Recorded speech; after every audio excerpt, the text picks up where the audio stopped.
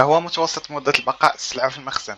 tempo medio di giacenza هو الوقت الزمني المتوقع اللي كتقضيه المادة الخام أو المنتج النهائي في رفوف المخزن من نهار كيوصل حتى نهار كيتباع أو كيستعمل. ثانيا العلاقة ديالو في إدارة الفلوس. تقليل مدة البقاء يعني تحريز السيولة المالية liquidità وتفادي الخسائر الناتجة عن تلف المنتجات.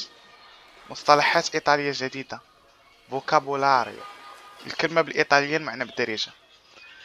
متوسط المخزون المتبقي giacenza media عود معايا giacenza media.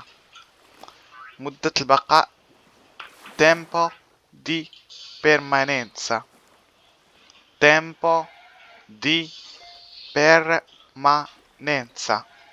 السيولة المالية liquidità finanziaria liquidità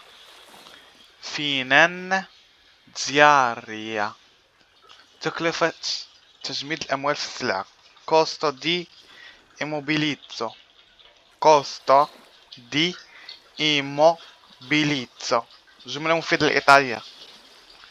تقليل مدة البقاء يحسن السيولة المالية للمقاولة ridurre il tempo di giacenza migliora la liquidità dell'azienda.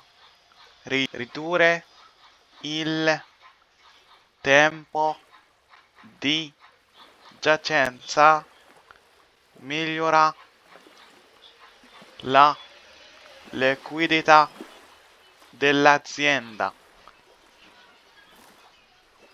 بديت تعلم بحال هاد العبارات. جمعت لكم أهم 50 عبارة يومية في كتاب مجاني مناسبة عشركة، الرابط في البيو. في هذا الكتاب المجاني غتلقى تسريب صغير من الدليل شامل للخدمة وأفام في إيطاليا اللي كيشرح لك كيفاش تطور لغتك وتخدم بها رسميا. النسخة الكاملة مديورة خصيصا للناس باغيين يطوروا راسهم في الخدمة والقراية ماشي غير الشارع.